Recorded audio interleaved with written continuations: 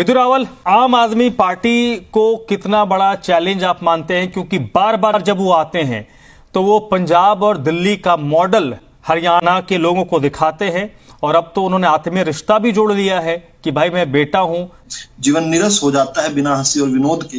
तो शायद आपने हंसी और विनोद के लिए जो है आज ये चर्चा केजरीवाल की प्रासंगिकता को लेकर रखी है। देखिए, केजरीवाल की प्रासंगिकता हरियाणा की जनता क्या मानती है, ये 2014 के विधानसभा चुनाव में, 2014 के लोकसभा चुनाव में, 2019 के लोकसभा चुनाव में, 2019 के विधानसभा चुनाव में, और फिर उपचुनाव जिसको ये गेटवे टू हरियाणा कह रहे थे, आदमपुर का उपचुनाव, जिसका कहा था कि आदमपुर हमारा गेटवे है। गेट इनके मुंह पर बंद किया। हरियाणा की जनता ने, हरियाणा के लोग बहुत समझदार हैं, राजनीति को बहुत अच्छे गंभीर तरीके से देखते हैं, लेकिन जहां का मॉडल प्रस्तुत करने की बात करते हैं वहां पर तो इनका मॉडल नायाब है। कसम खाकर मुकर जाना केजरीवाल के गुण सूत्रों में गुथा हुआ है। तभी जब वो कहते हैं राजनीति छोड़ दूंगा, तो ऐसा लगता है जैसे शोले फिल्म के अंदर वो एक अभिनेता थे, वो टंकी के ऊपर चढ़ गए और बोले मर जाऊंगा, मिट जाऊंगा, मौसी बसंती और पता नहीं क्या क्या कह रहे थे।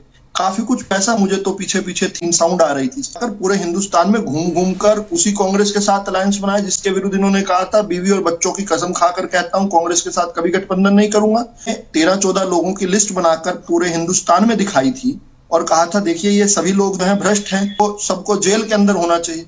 उन सबको साथ हाथ पकड़ पकड़ कर दिखाया। हम ऐसा लगता था जैसे जोर से भ्रष्टाचार को पकड़ लिया और उसको बाहर नहीं जाने दिया। भ्रष्टाचार का हाथ ही पकड़ लिया इन लोगों ने, जो भ्रष्टाचार के मामलों में कन्विक्टेड हैं।